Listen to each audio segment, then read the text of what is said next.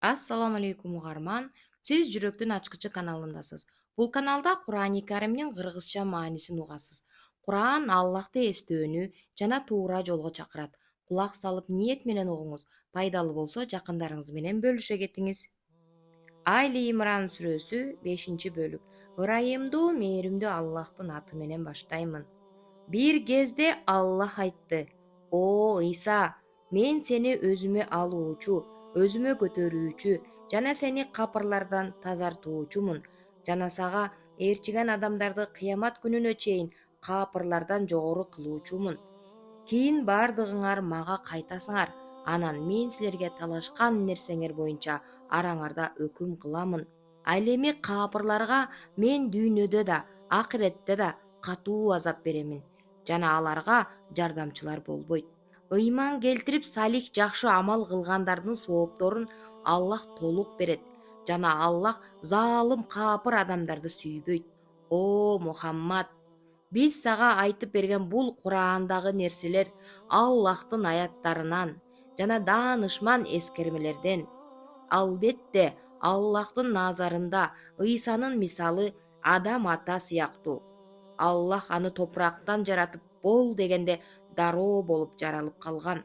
Бул аятта Ыйса эгер Кудай болбосо, башкалардан өзгөчө энесиз туулбайт эле деп Ыйсаны Кудай кылып алгандарга жооп. Эгер Ыйса Аллахтын сөзү болсо, адам ата деле Аллахтын сөзү. Эгер Ыйса атасыз жаратылган болсо, адам ата атасыз гана эмес, керек болсо энесиз да жаратылган. Бирок эч ким адам атаны Кудай кылып алган жокко. Бул айтылгандар Роббиң тарабынан келген акыйкат. Эми сен шектенүүчүлөрдөн болбо. Ким бул маселеде сага анык илим келгенден кийин деле көшөрүп далил талаша берсе, аларга айт: келгиле, балдарыбызды жана балдарыңарды, аялдарыбызды жана аялдарыңарды, өзүбүздү жана өзүңөрдү чакырып, жалганчыларга Аллахтын наалаты болсун деп каргыш айтышалы. Күндөрдүн биринде Нажран деген жерден бир топ христиандар келип, пайгамбарыбыз менен далил талашып калышты. Пайгамбарыбыз Ыйсаны Кудай эмес, пенде экенине жетиштүү далилдерди айтса дагы, христиандар эч болбой коюшту. Ошондо Аллах өз пайгамбарына аятта айтылган чараны колдонууга буйрат. Бирок эч бир христиан бул чакырыкка жооп бербейт. Каргыш айтышканда балдары, аялдары набут болушунан коркушуп, жалганчылыктары ашкере болгонуна да карабай келбей коюшту. Ошентсе да өжөрлөнүп Ыйса Кудай деген пикирлеринен кайтпай, чындыктан жүз үйрүп кетишкен. Албетте, бул Ыйсаны Кудай эмес экенин акыйкат баян. Чынында бир Аллахтан башка эч бир сыйынууга татыктуу Кудай жок. Жана Аллахтын бир өзү гана кудуреттүү, даанышман. Эгер бул акыйкаттан жүз үйрүшсө, Аллах албетте бузукларды билүүчү. Айткын: о китеп ээлери, биз менен силердин араңарда окшош болгон сөзгө келгиле. Ал сөз төмөндөгүчө: Аллахтан башка ибадат кылуучулук кылбайлы, ага эч нерсени шерик келтирбейли, жана Аллахты таштап, кээ бирөөлөрүбүз башка бирөөлөрүбүздү Робби Кудай кылып албасын. Эгер жүз бурушса, айткыла, күбө болгула, биз мусулмандарбыз. Бул аятта окшош болгон сөз дегендин мааниси Яхудилердин пайгамбары Муса менен христиандардын пайгамбары Ыйса экөө тең элдери. Аллахтан башкага ибадат кылуучулук кылбайлы, ага эч нерсени шерик келтирбейли, жана кээ бирөөлөрүбүз башка бирөөлөрүбүздү Аллахты коюп Робби Кудай кылып албасын деген сөздөргө даават кылган. Бул аятты пайгамбарыбыз саллаллаху алейхи вассалам Яхуди жана христиандардын падышаларына жазган катында да эскерткен. О китеп ээлери, эмне үчүн Ибрахим жөнүндө бириңер ал Яхуди дининде болгон десеңер, экинчиңер жок, христиан болгон деп талашасыңар. Тоорат менен Инжил андан кийин түшкөн го.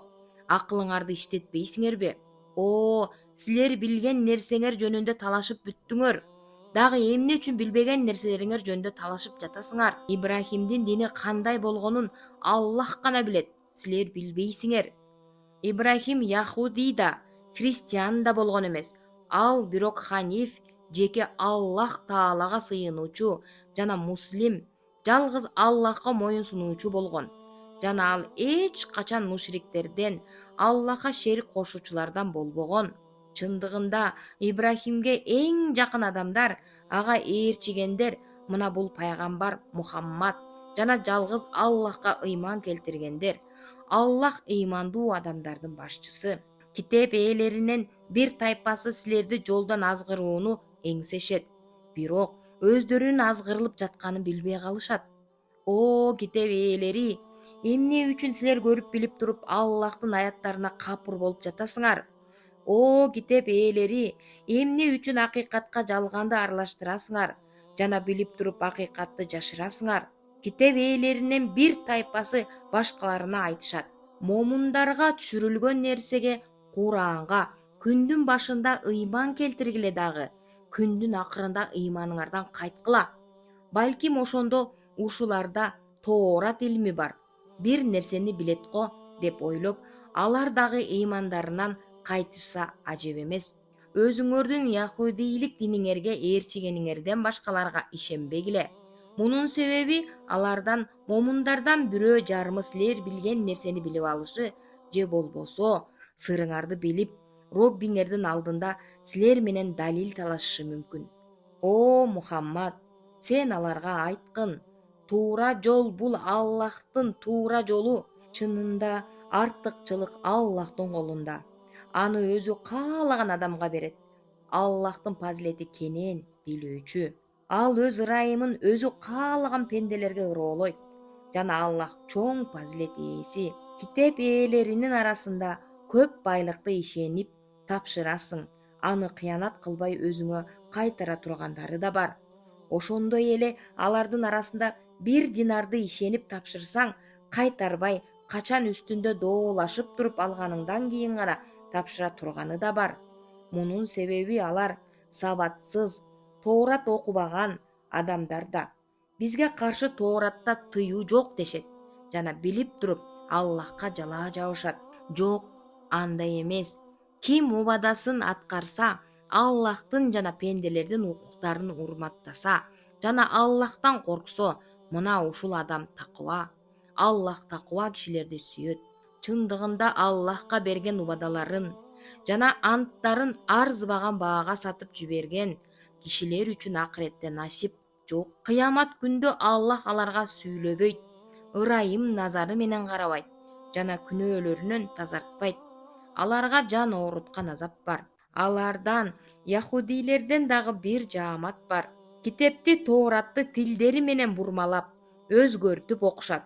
Силер аны китептен деп ойлошуңар үчүн, чынында ал китептен эмес. Жана алар бул Аллахтын алдынан дешет. Чынында ал Аллахтан эмес. Алар билип туруп Аллахка жалган айтышат.